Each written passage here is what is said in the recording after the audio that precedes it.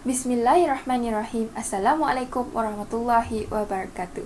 Saya Nur Khairunisa Natasha binti Osman dari Kumpulan 2 bersama dengan rakan pembentang akan mengupaskan tentang isu masyarakat pluralistik dan juga penilai usaha yang dilakukan untuk mengatasi isu tersebut.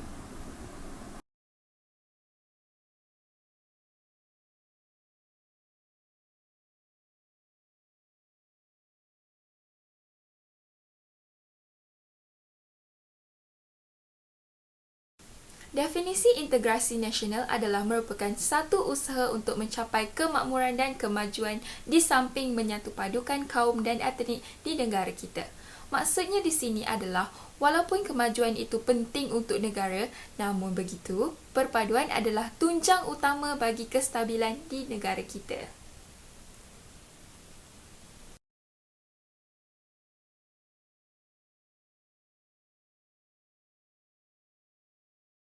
Baik, terima kasih rakan pembentang. Bagi isu agama Islam yang dapat difokus adalah isu penggunaan media sosial untuk menyampaikan hal-hal yang menyentuh sensitiviti agama. Perbuatan seperti mengaibkan dan mengambil ringan perihal keagamaan bangsa, kaum dan raja boleh menjejaskan perpaduan. Sebagai contoh, isu yang menggemparkan negara adalah isu filem Mentega Terbang yang banyak menayangkan babak dan skrip yang menjadi pertikaian dan mendapat tentangan daripada kalangan penonton, khususnya yang beragama Islam. Menurut Luqman Tarmizi 2023, Islam mengiktiraf kepelbagaian agama, religious plurality dan toleransi dalam kepelbagaian tersebut.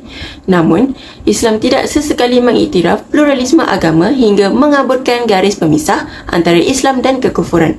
Terdapat satu bapa yang di mana watak bapa jelas memberi keizinan kepada anaknya untuk mengkaji dan mencari agama yang sesuai dengan jiwa, sekaligus memberi kebebasan untuk memeluk agama tersebut.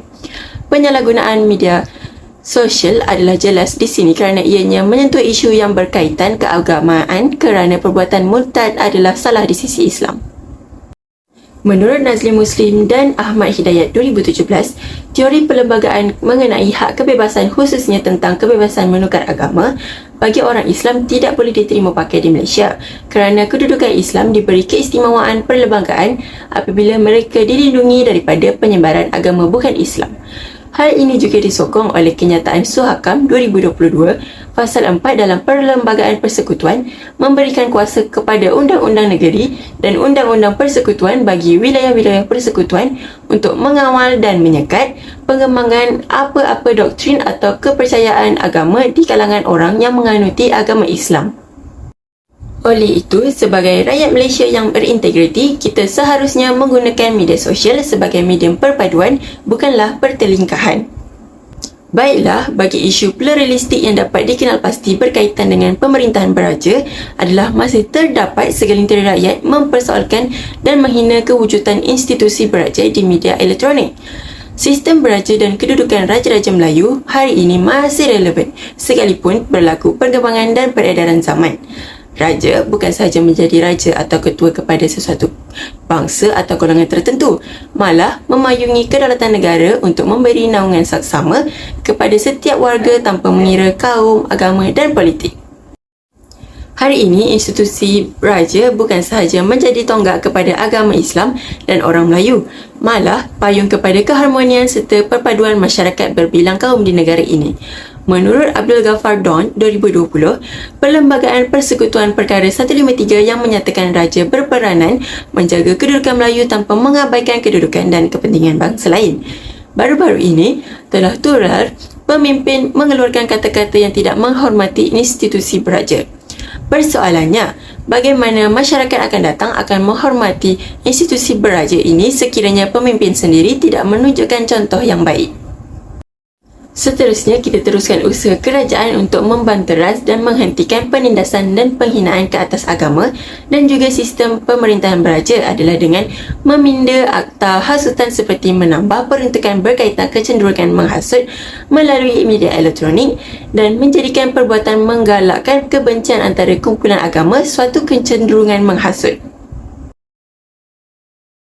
Namun begitu, terdapat segelintir masyarakat tidak bersetuju dengan pindaan ini dan ingin pindaan tersebut dimansuhkan kerana mereka berpendapat bahawa sekiranya tiada akta tersebut, mereka akan mendapat hak kebebasan untuk bersuara tanpa dikenakan tindakan.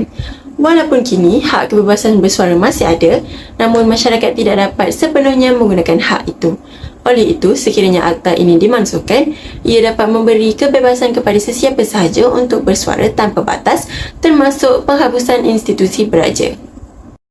Bagi masyarakat yang bersetuju dengan pindaan akta ini, Prof. Madya Dr. Samrahayu A. Aziz 2018 berpendapat bahawa akta ini dapat memelihara hak keistimewaan orang Melayu, anak Sabah dan Sarawak serta dapat mengekalkan perpaduan dan menjamin keamanan negara sekaligus menyokong aspirasi kerajaan ke arah pembentukan integrasi nasional.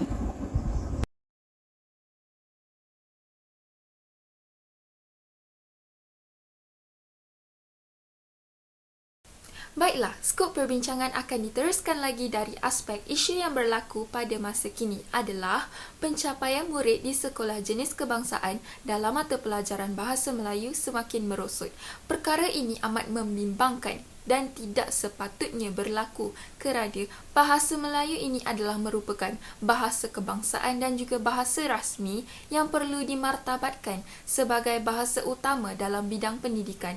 Dasar Pendidikan Kebangsaan melalui Penyata Razak 1956 telah menetapkan bahawa walaupun anak berlainan bangsa, tetapi mereka wajib mempelajari isi kandungan kurikulum yang sama di Malaysia. Mari kita lihat peratusan murid yang menggunakan bahasa pertuturan di rumah, iaitu Bahasa Melayu sebanyak 37%, Bahasa Cina 19%, Bahasa Tamil 14% dan akhir sekali Bahasa Campuran iaitu sebanyak 30%. Jelaslah di sini bahawa peratusan murid untuk menggunakan Bahasa Melayu sebagai bahasa yang digunakan dalam kehidupan seharian masih kurang memberangsangkan. Antara usaha yang dilakukan oleh pihak Kementerian Pendidikan Malaysia adalah memperkenalkan program Linus yang mempunyai fungsi sebagai mengatasi masalah kemahiran asas 3M, iaitu membaca, menulis dan juga mengira dengan lebih sistematik. Linus ini adalah merupakan program bagi semua murid tahun 1 pada awal sesi persekolahan. Mereka perlu menjalani ujian saringan bagi menentukan bahawa sama ada mereka akan diklasifikasikan sebagai calon ataupun tidak. Program ini dilaksanakan secara wajib termasuklah sekolah jenis kebangsaan Cina dan juga sekolah jenis kebangsaan Tamil. Ini bermaksud mereka juga tidak terkecuali dalam program yang membantu untuk mengatasi masalah literasi bahasa Melayu dan juga numerasi. Selepas sedekat dalam pelaksanaan Linus ini, lebih 90% murid tahun 1 hingga tahun 3 dapat menguasai kemahiran 3M. Ini dapat membuktikan keberkesanan program ini terhadap pembelajaran murid di sekolah. Namun begitu, Linus akhirnya terpaksa diberhentikan selepas 10 tahun ditubuhkan iaitu pada tahun 2019. Walau bagaimanapun, pendekatan kementerian ketika ini adalah memberi peluang kepada pihak sekolah untuk mengadakan program sendiri bagi memastikan murid dapat menguasai kemahiran literasi dan numerasi di peringkat sekolah.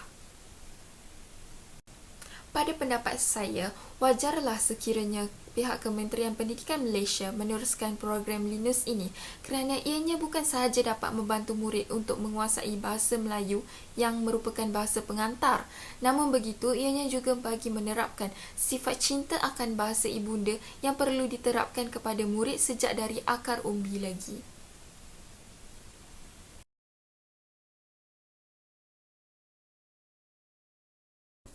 Terima kasih kepada rakan pembentang. Baiklah, isu yang seterusnya ialah isu kuota program matrikulasi.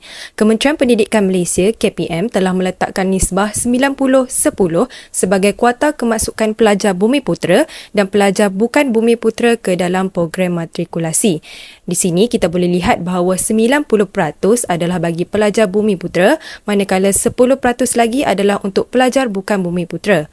Selaras dengan hasrat KPM untuk mewujudkan persaingan yang sihat dan memantapkan lagi integrasi nasional serta perpaduan kaum, sebanyak 10% tempat dibuka kepada pelajar bukan Bumiputera bermula pada tahun 2003. Melihat kepada rajah di sebelah, pada tahun 2019, KPM telah menambah bilangan pelajar iaitu dari 25,000 tempat ke 40,000 tempat untuk memasuki program matrikulasi. Akan tetapi, kuota bagi pelajar Bumiputera dan bukan Bumiputera masih kekal, iaitu mengikut nisbah 90-10. Perihal ini dilihat sebagai kaedah terbaik dalam memastikan program matrikulasi dapat memberikan peluang pendidikan kepada semua kaum di samping menambah bilangan pelajar dalam bidang sains. Namun begitu, terdapat beberapa isu yang timbul, khususnya ketidakpuasan hati kaum India. Menurut Exco Malaysian Indian Congress MIC Selangor iaitu TM Selvam, kuota kemasukan bagi pelajar India telah menurun iaitu dari 2,200 tempat kepada 2,000 tempat sahaja selepas negara bertukar kerajaan.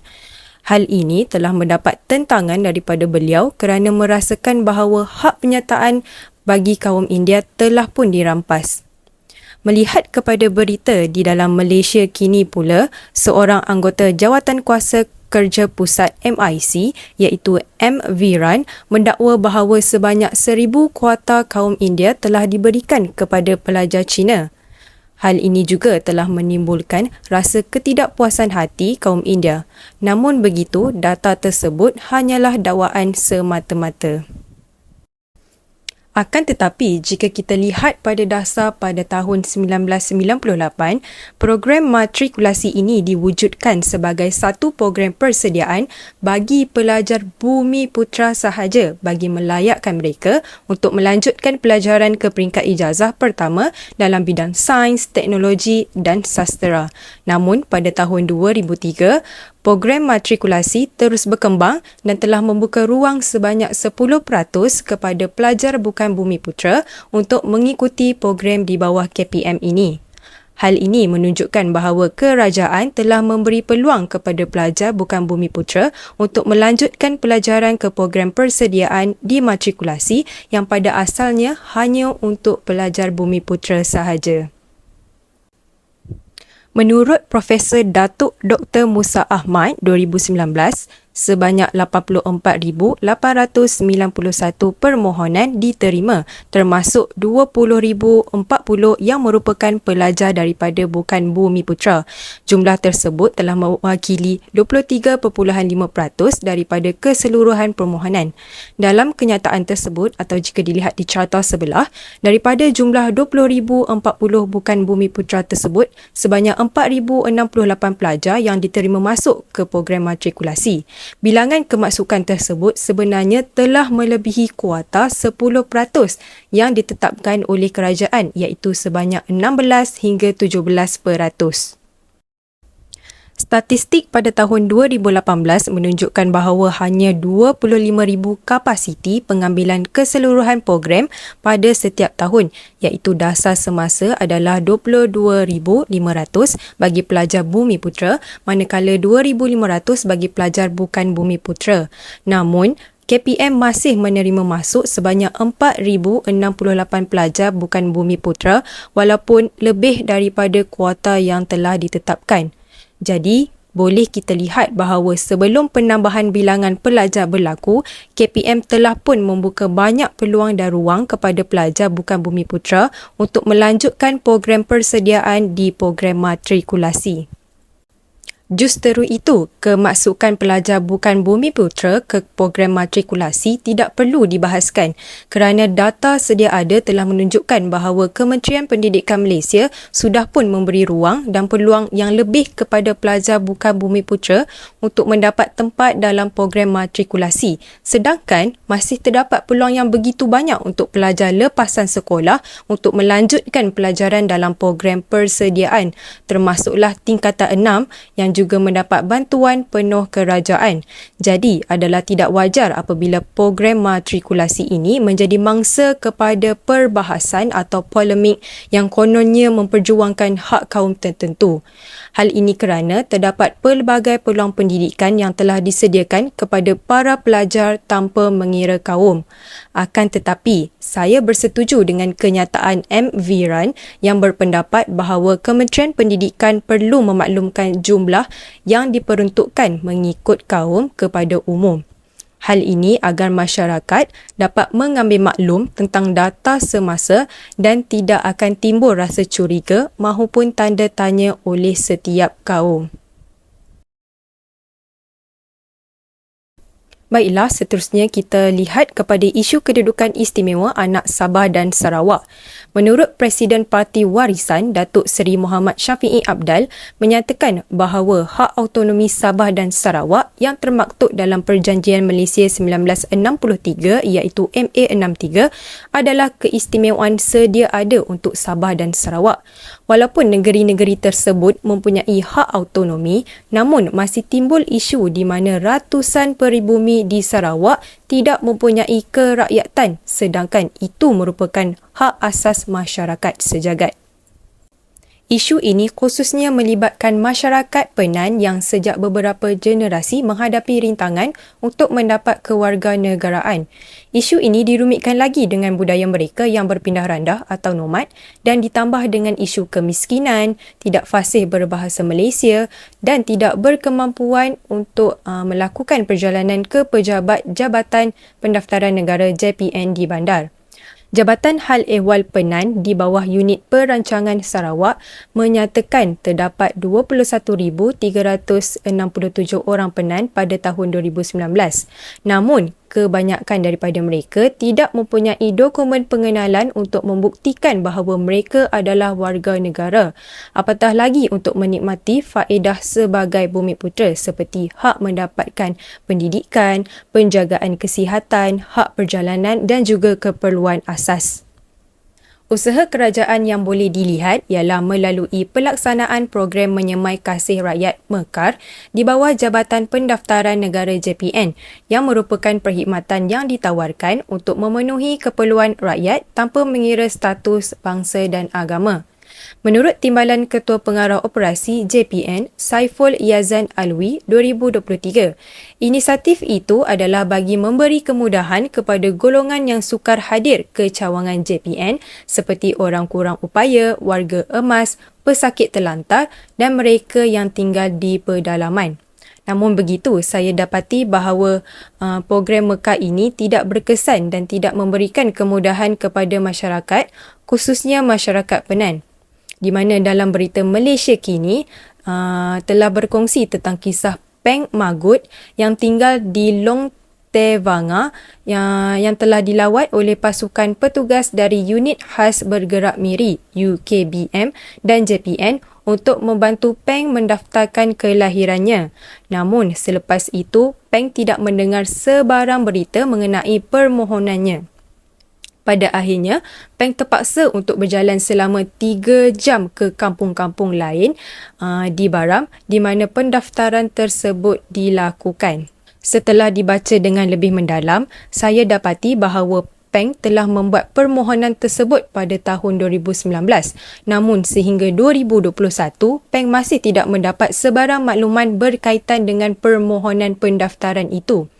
Peng juga diberitahu bahawa permohonannya sedang diproses, sedangkan permohonan itu telah dilakukan beberapa tahun yang lalu. Jadi, perkara ini jelas menunjukkan bahawa kaki tangan yang berperanan tidak komited dalam menyelesaikan isu ini dan hanya mengambil ringan sahaja tentang keperluan masyarakat Penan yang masih tidak mendapat kerakyatan. Jadi, wajarkah program Mekar ini dikatakan sebagai pendekatan proaktif oleh JPN dalam memastikan setiap penduduk yang berkelayakan ini memohon dan mendapatkan dokumen pengenalan diri yang sah.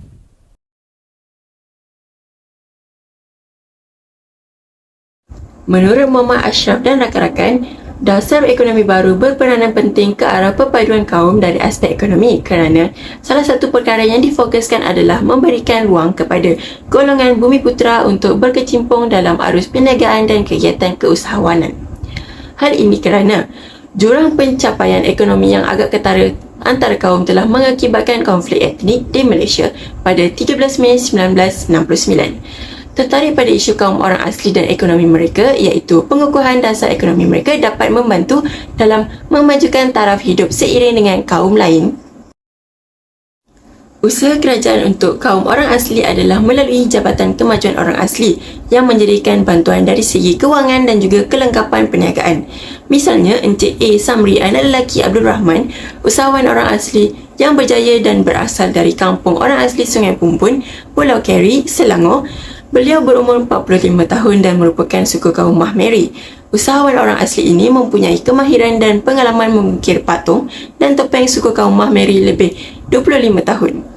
Beliau menerima bantuan dari segi peralatan, kursus dan latihan dari pihak kraftangan Malaysia dan Jaguar. Beliau juga mempromosikan dan menjual hasil kraftangan ukiran kayu ke luar negara seperti Bangkok, Paris, London, Shanghai dan Bali. Berikut adalah garis masa bermulanya perniagaan Encik Samri sejak 2006 hingga 2020.